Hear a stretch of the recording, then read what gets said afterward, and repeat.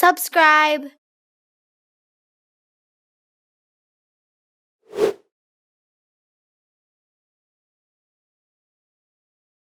Part 3, here we go. The painting, assembly, and lighting and photography.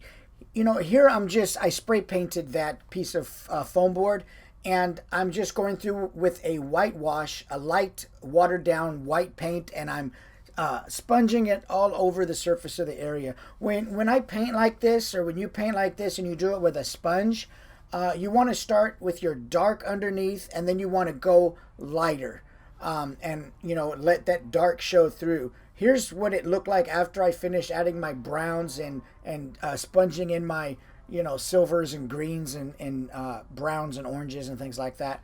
I use the heat gun on it because it dries it a lot quicker, especially if you're using water. You add water to your paint to thin it out and to make it look less strong. And the water can sit on there for a long time. So I just use the heat gun and keep the heat gun moving because you'll melt your foam board.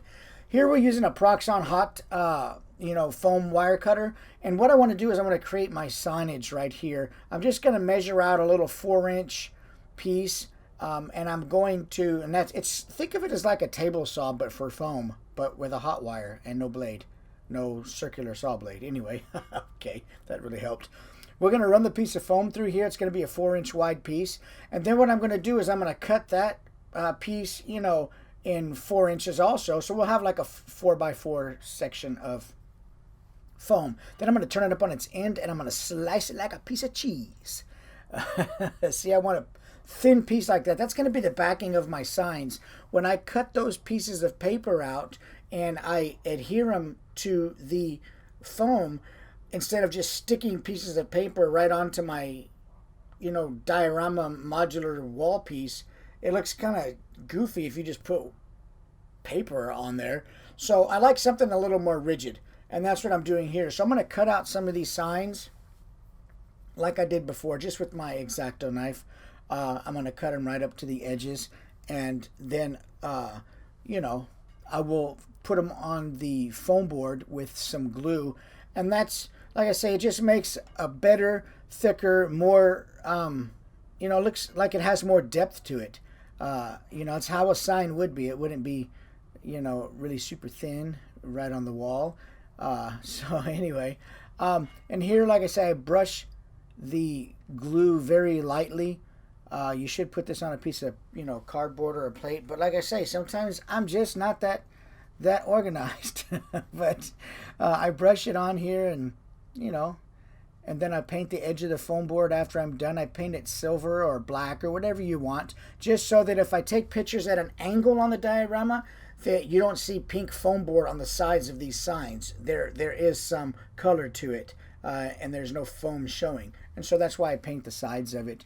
And what I'll do is I'll put a stick pin in there, and that allows me to flip them over and let them dry, while I paint them with a pin in it, so I've got something to hold.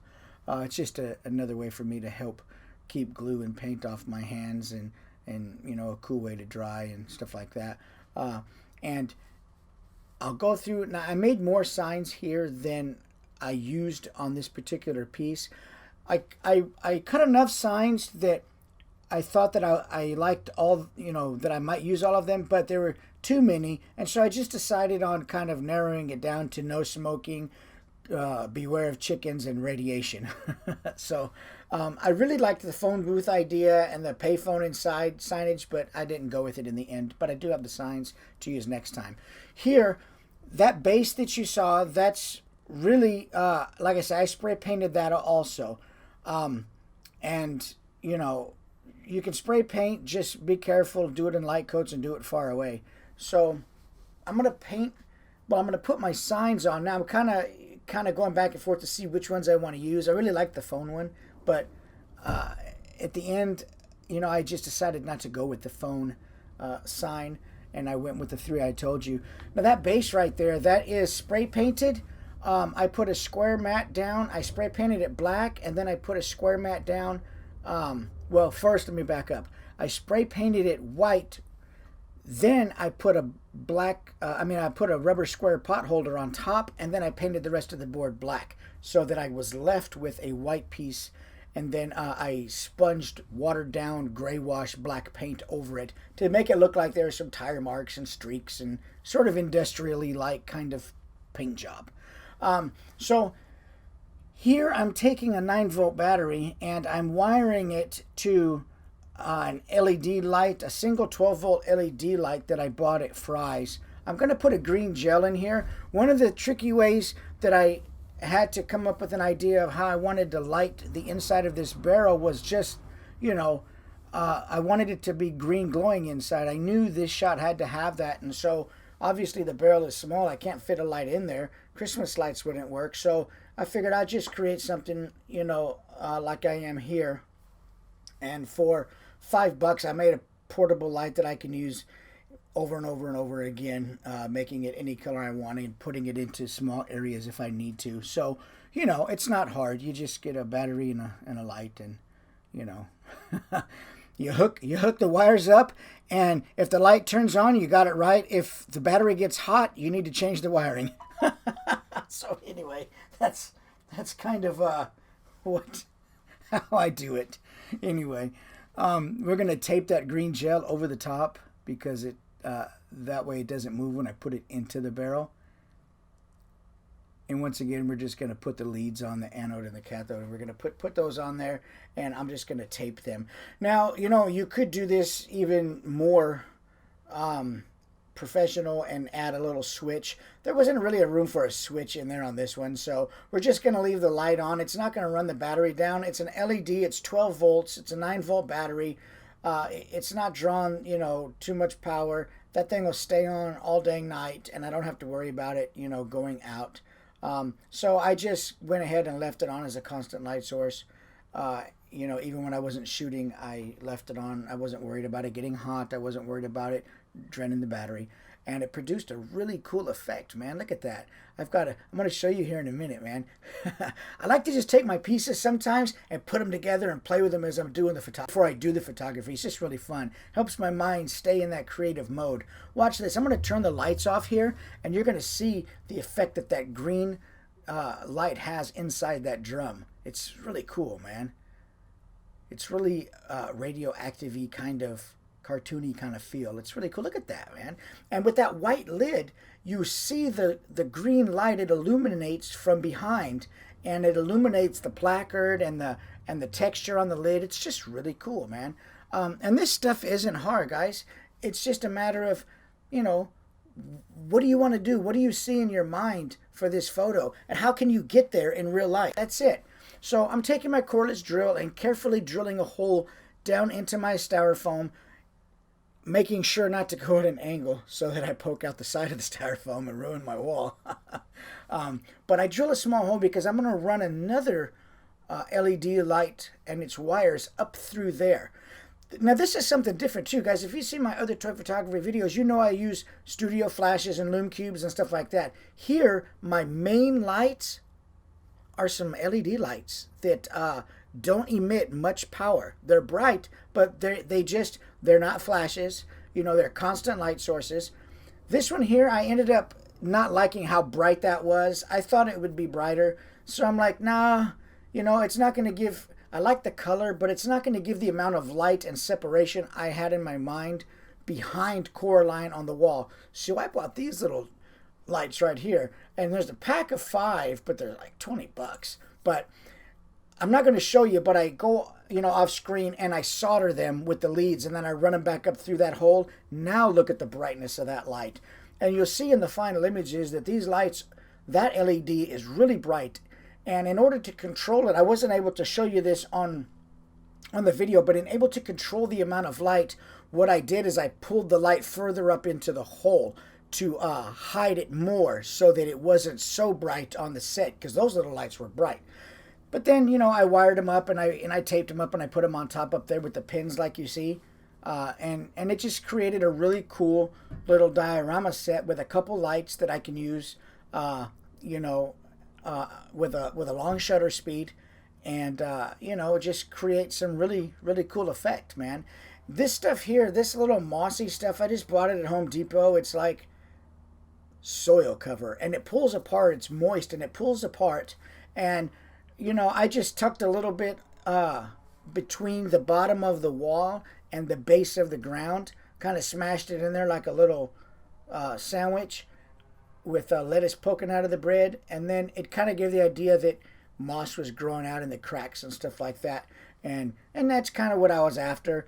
And with that white patch in the middle and the black watered down paint that I dabbed all through there, it just come out really nice. I really like the way this looked. And I didn't airbrush anything. I don't have any painting skills. I'm not a painter. But all I really used in painting this was spray paint and a torn sponge and watered down paints of various colors.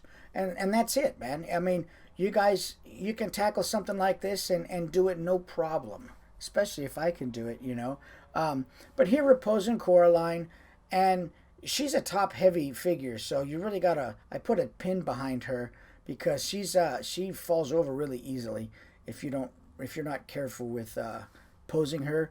She bends really easily and she falls over really easy. So let's get in here to where we're gonna start taking some pictures.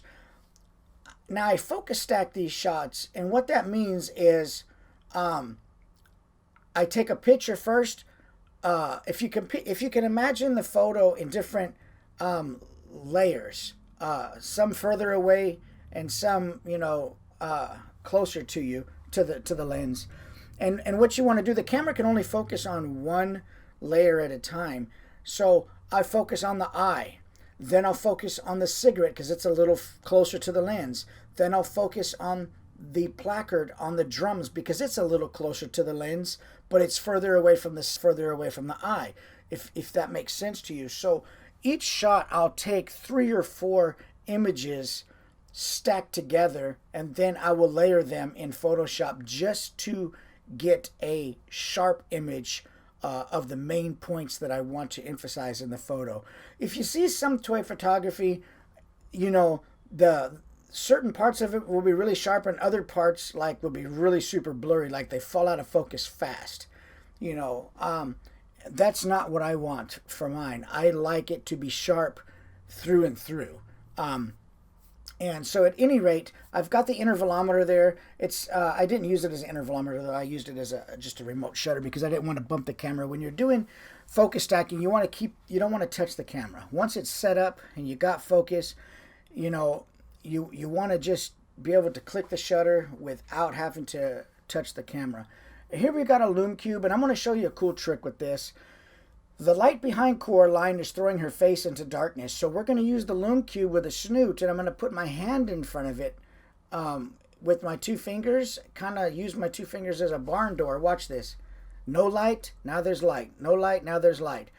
Okay, so now look at it on her face, how it falls on her face like that. So what that lumecube is going to do is it's going to add fill light. See?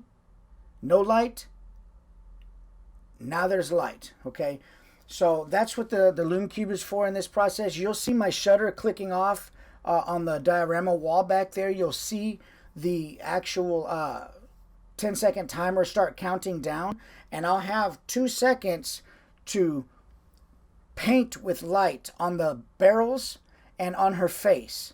I want the barrels exposed properly for the placards, and I want her face lit also. Watch what I do with the light. Back and forth. Face and the placard. The light moves back and forth from the face to the placard. Man, that was a lot of talking and really fast. I hope you guys kept up. Like and subscribe, guys. I appreciate you watching. Take care.